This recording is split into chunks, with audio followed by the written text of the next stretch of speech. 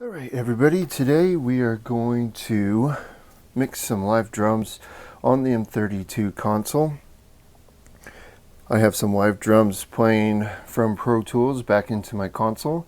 If you're not familiar how to do that, simply press the routing button. On our input page, we're going to make sure card 1 through 8, 9 through 16, and etc. are selected, however many channels you want to play back through your console, and that our inputs are set to play. With that, we will get started and have a loop of some drums playing here. We'll bring up our overheads. First, I like to make sure I'm gaining all my channels correctly, around -18 dBFS. If you're not sure how loud you should be, the console does a good job of showing you. Green is good, yellow is maybe going a little too fast, and red is stop, you've gone too far. So we're just going to follow the rules of the road here. I'll bring in my high pass filter. I don't like to go too high on that, maybe around 100 hertz, so that some of the low information on our toms is still there. That'll come handy later on, especially if we gate our toms to help them sound more natural. From there, I'll go listen to the low mids right around 300, cut some of that nastiness out. Yeah, and right around 750, 800, there's some nastiness we can cut out. And then we can bring in our kick drum. Again, checking our gain stage, make sure it's at a good level. We'll bring in our gate here. Now for kick and snare, I'll usually use the gate mode, but for toms I might use the expander mode. My attack is set to 0 milliseconds. About a 4-second hold, 27 millisecond release. I do like to use the key filter on the second page of the gate. This is the frequency the gate's going to be listening for to open itself up. I have it set on the kick drum around 75 hertz. And then we'll go and check out our EQ. Even on kick drum, I'll low pass maybe around 50 hertz. Bring in some low end right around that fundamental note. Start pulling out some of this low mid right around 200. This upper mid right around 800. I do have graphic EQs on my kick, snare, and toms. Pull out some of this real low stuff that might turn into just a rumbly mess on our subwoofer system. I do like to have my subwoofers on a separate aux so that I can feed certain instruments to my subwoofers only. Usually that's kick and bass. Sometimes keyboard will get in there too. And by taking out that real low sub frequency information, we keep our subwoofers from getting too rumbly, too messy. Our compressor, we're compressing about 8 dB with a 5:1 ratio. Our attack is set to 32 milliseconds so that we can let the transient in and then compress the rest of the drum. About a 5-second hold. If you compress your kick or snare and you find that it's too quiet, you do have a makeup gain over on the right hand side of the screen.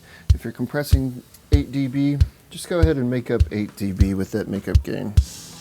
Bring in our snare drum, check our other gain is correct. Bring in our gate. Again, we're using our key filter, this time right around 300 hertz. Check out our EQ, bring in our low pass, right up to about 150. Go in and grab that low fundamental. Take out some of that upper mid. Bring in our graphic, again pulling down all the sub information. Keep our low end nice and tight. Just pulling out some of these mids. And on snare and toms especially, I'll go up to these high frequencies around 20K and pull those down. There's not much that lives there on a drum other than cymbal bleed. Bring in our first tom, check our gain staging, bring in our gate, and we'll just loop the tom section here. Now on the toms, I do like to use the expander mode as opposed to the gate mode. That seems to let the tail end of the tom drum decay a little more gradually and not just cut off at a sharp cliff. Our key filters engage again around 120 Hertz. Check out our EQ. Bring in our high pass. Zero in on that fundamental. Again, taking out some of the low mids, some of the high mids. Go over to our graphic. Taking out all this low sub. You guys should be seeing a pattern forming here. Mixing is not some magical voodoo that sometimes we feel like it is. It's really just making confident decisions that create an intelligible mix. Bringing our low tom, again bringing in our high pass filter. Zeroing in on that low fundamental, pulling out the low mids, pull out some high mids, go over to our graphic, pull out all this low stuff that doesn't need to go to our subs. We're not going to let our subs become this giant woolly mess. Not today, Satan. We'll go back, compress our toms. Maybe around 5 or 6 dB.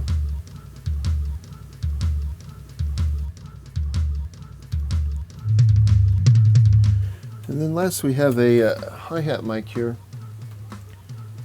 Don't do much to the hi-hat, just high passing it. Up around 400 or 500 Hertz. There's usually some upper mids that become a little nasty. Yeah, there's usually a kind of a ringing note up in the 2K to 3K area. So that's basically all we need to do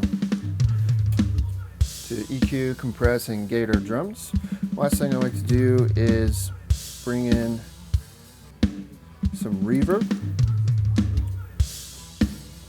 I'm using the vintage Verb here with about a 1 second decay. On the second page of the reverb, I've got my pre-delay set to 20 milliseconds. That allows the transient to come through. And then we have the low cut set to about almost 400 Hertz. That keeps all that low mid from getting into our reverb and creating a mess as well. Now you could just put your snare through your reverb, but I like to bring in a little bit of toms and even the overheads. This reverb has a nice way of blending our mics together and creating a cohesive whole as a drum kit instead of just individual drum mics. It's really good at doing that. The last thing I'll mention is I like to put my instruments on DCAs. If you're not familiar, the DCAs are your top button here. To occupy a DCA, just select and hold, and anything that I press on my DCA while holding it is going to be in there. And that gives me one knob to control my entire drum set. And I'll do that for the rest of my instruments too. So when I'm running a live show, I'm really just mixing from my DCAs, just moving instruments up and down as needed for impact. And that way I'm not chasing through layers, trying to find things, move things up and down. Really makes it very easy to mix from your DCAs. I hope you guys enjoyed that video. Everything you need to gate, EQ, and compress a drum set is here. If you missed something, just pause and go back. Hope you guys enjoyed the video. I will be posting more with the other instruments, so stay tuned.